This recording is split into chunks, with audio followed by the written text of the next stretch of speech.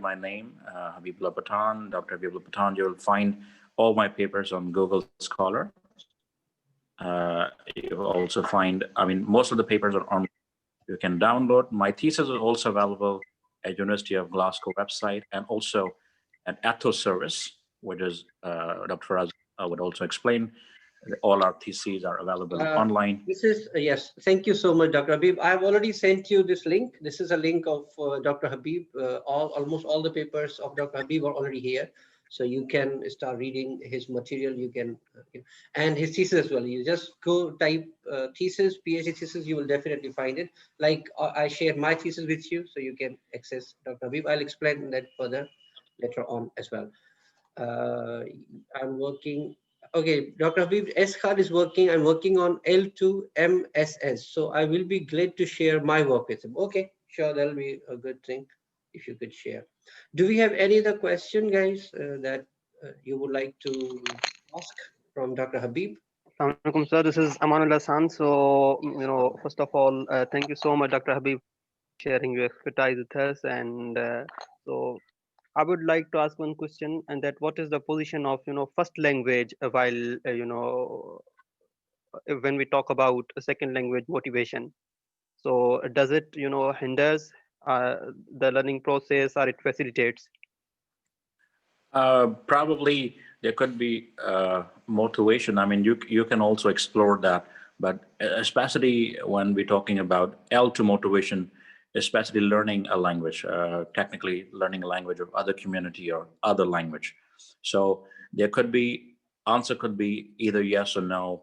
Depends on what area you're talking about. So, for example, the concept can be, can L1 interfere with L2?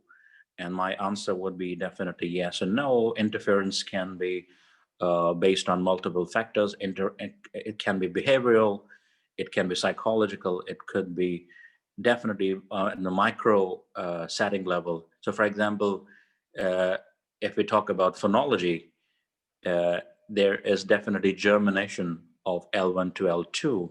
You generalize a lot of sounds from your L1 when you're learning even L2. So the answer would definitely depend upon if you could actually specify what exactly area you want me to a little bit speak about. Is it micro level about areas or general attitudes or general behaviors? So answer can be yes or no, and you can study it further. You can also tell doing this study and tell us, can L1 be a demotivating factor for learning a second language? So answer would be maybe yes, maybe no, but it depends upon the data that we get. Yes. So my question was, especially based on, this monolingual or bilingual policies. There are certain institutes where, there is only, L2 policy. Yeah. So Yeah. kind of that. But then, Yeah. Policy, while we study motivation, yeah, there's also the concept of language ego. So do you think, somewhere in learning motivation, and does it interferes with? yeah, definitely. That's a concept. I can give you a couple of example. Punjabi. Uh, if you see the census, people living in Lahore would not like to be identified as Punjabi speakers. A matter of prestige. Definitely, people living in middle class people or people are working class. They will speak Urdu. You will always find them talking Urdu or English with their even children. They do not talk about it. So definitely, uh, it interferes all these languages, and it's mostly a matter of prestige of language. What benefits you have after learning a specific language when you talk in Punjabi, they will call this Pandu language, right?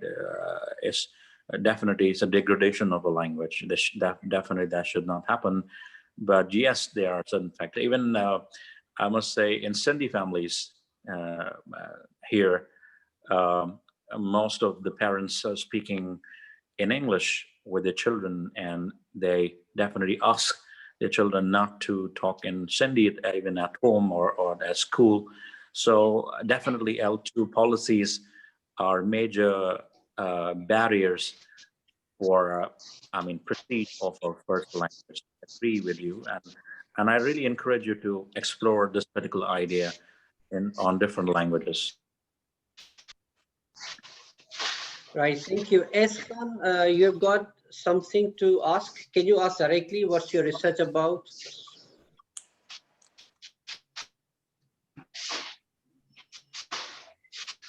Eskan, if you can listen us, you can ask question from Dr. Habib directly. He'll address to your question. And we have got question from Shafia. Shafia, do you want to talk to Dr. Habib directly? Ask him. Can you? Sir, yes. My question is that what can we do as ELT professionals to promote more motivation in our students while teaching them the second language? I mean, that's a wonderful question. The first thing I always, I mean, that's also in my studies, and Dr. Faraz would also agree. He has also studied a couple of things related to that. Teacher can be a major factor to motivate students. If the teacher is not trained, I mean, the major issue with us today as ELT professionals that we do not have required training to handle all kind of classes, all kind of materials. So motivation can actually come from simple materials. It can come from teacher's behavior. It can come from friendly nature of a teacher. If a teacher is democratic or he's autocratic in nature, it can also affect, influence students' motivation. So the answer would be, it can be the factors that can be divided, and you can also look into that. Dorner's three-stage model, in which he is talking about the language level factors, the learner level factors, and learning situation level factors. These are three major divisions, and he has studied, or he has actually talked about 10 commandments for ELT teachers, how to motivate students. So I can also provide you with, because that's again a very big topic, 10 commandments of motivating teachers, definitely, especially I'm talking about language.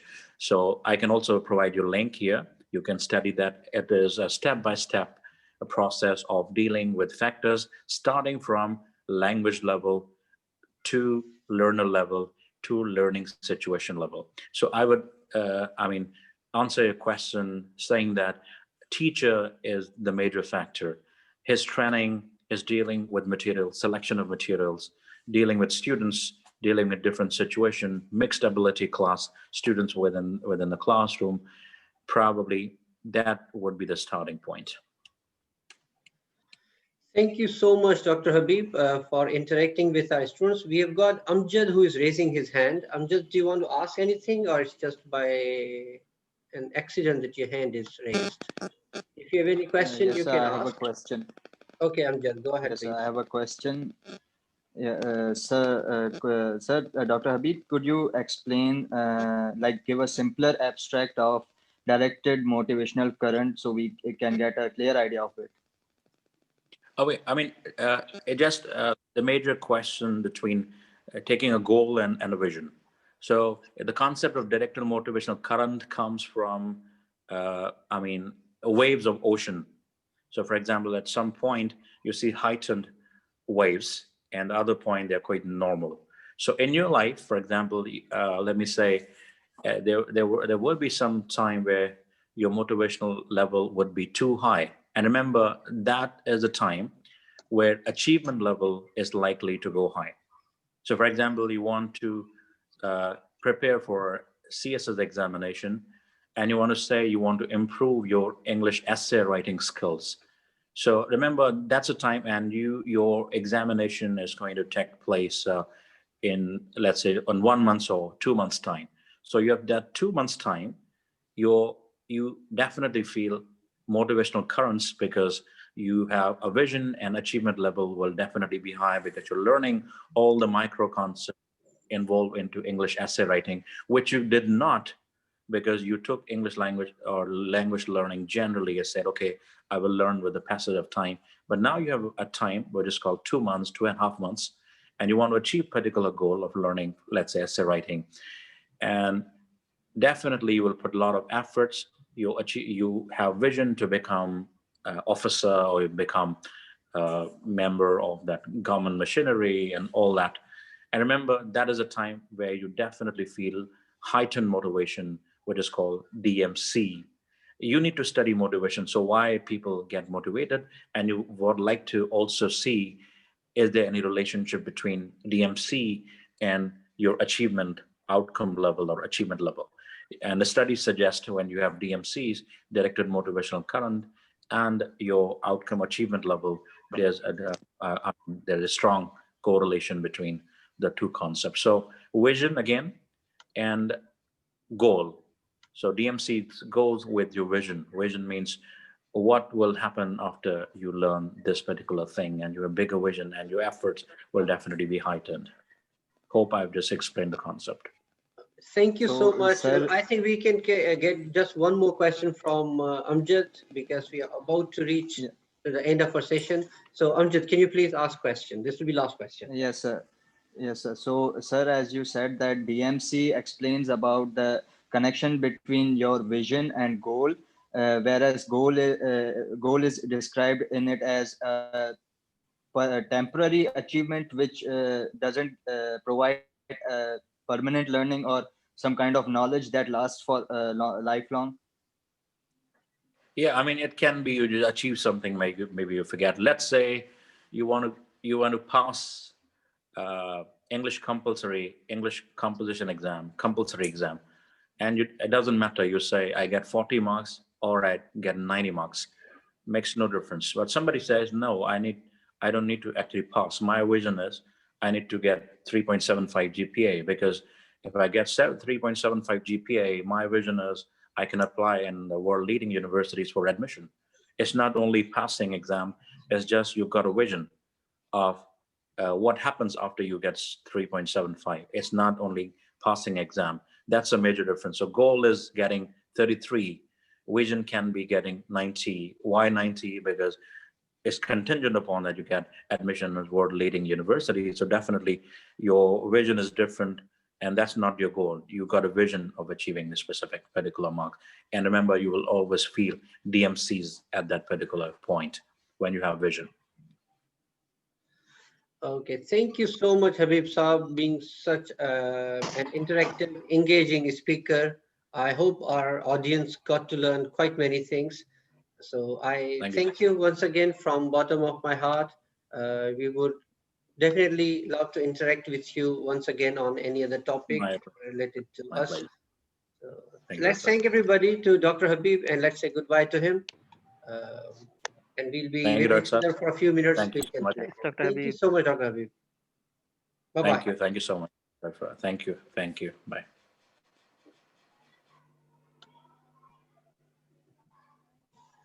Okay, guys, thank you so much for being with us. I hope this session was helpful to you. I would recommend you to go to Dr. Habib's profile. He is very active researcher and a wonderful human being, very cooperative, very encouraging, very motivational. I'm sure there'll be so many things. You'll be meeting Dr. Habib very often. I'm sure you were already familiar with Dr. Habib. If you are not there, familiar with him, you would definitely have got some familiarity with him, and you could feel what a wonderful researcher he is. So I would encourage you to get into touch with his works, and let's help each other in learning. Sir, where we can get these recordings? I have recorded this. It's in my computer. We'll devise a way to send it to you. Maybe I'll be sending it through your groups or Facebook groups or other groups that you have. So I'll definitely be sending them to you. Attendance काम थी attendance वाला भले or I'll try if Dr. Habib permits me, allows me to put it on YouTube, then yes, nothing better than that. We'll definitely do that. Thank you very much for taking the time, guys, and coming here. Grateful. Bye-bye. Take good care. Bye-bye. Bye-bye. Bye-bye.